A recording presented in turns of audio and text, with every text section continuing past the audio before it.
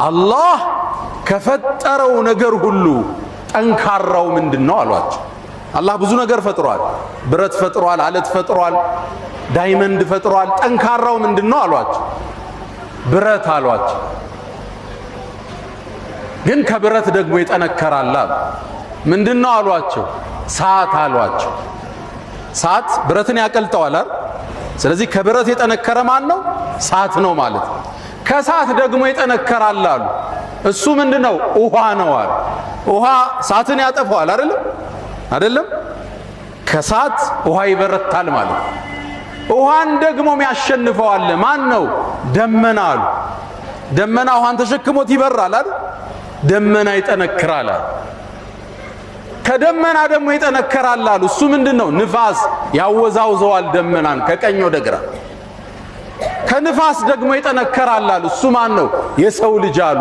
ንፋስን ይተነፍሰዋል፣ ንፋስን ይቆጣጠረዋል። የሰው ልጅ ደግሞ የሚያሸንፈው አንድ ክንደ ብርቱ አለ። እሱ ማን ነው? እንቅልፍ ነው አሉ። እንቅልፍ የማያሸንፈው ሰው አለ?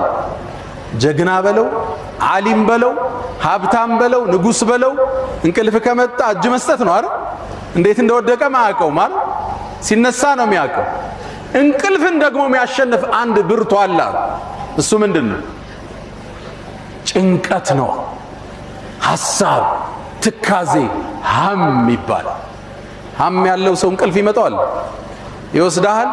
ያስጨነቀ ያሳሰበ ነገር ኑሮ ስትገላበጥ ይነጋል አይደል? ጭንቀትን ግን ደግሞ የሚያስወግድ መሳሪያ ነብዩ አንድ ሰጡን። እሱ ምንድነው?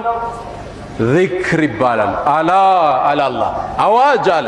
በዚክሪላህ አላህን በማስታወስ ተጥመኢኑል ቁሉብ ልቦች ይረጋሉ፣ ጭንቀት ይወገዳል። ሶላዋት ከጭንቀት የምንወገድበት ሪዝቃችን የሚሰፋበት ትልቁ መሳሪያ ነው።